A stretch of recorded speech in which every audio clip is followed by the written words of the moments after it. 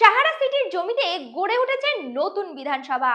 যোগীর dream project এক ধাপ এগোলো।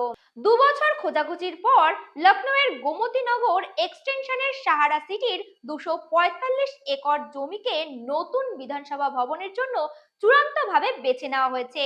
মুখ্যমন্ত্রী যোগী আদিত্যনাথ শিগগিরই অনুমোদন দেবেন। সরকারি সূত্রে জানা গেছে, সাহারা গ্রুপের লিজ থাকা এই জমি এখন সরকারের দখলে। এর মধ্যে 130 একর ব্যবহারযোগ্য আর 115 একর সবুজায়নের জন্য নির্দিষ্ট। লখনৌ ডেভেলপমেন্ট অথরিটি দ্রুত জরিপ করে 10 দিনের মধ্যে রিপোর্ট জমা দেয়। এই জায়গাটি ভৌগোলিকভাবে খুবই সুবিধাজনক।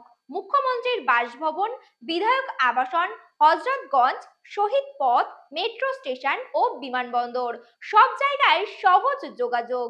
তাই অধিবেশনকালে ট্রাফিক জ্যামও কমবে।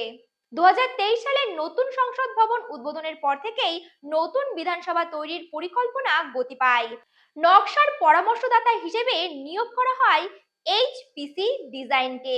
পুরনো বিধানসভা ভবনটি 1928 সালে তৈরি। 2023-24 সালে 50 কোটি টাকা বরাদ্দ থাকলেও জমি ঠিক না হওয়ায় কাজ শুরু হয়নি। এবার প্রকল্পটি আনুষ্ঠানিকভাবে এগোতে চলেছে। দেখছিলেন দেশ বিদেশ। নমস্কার।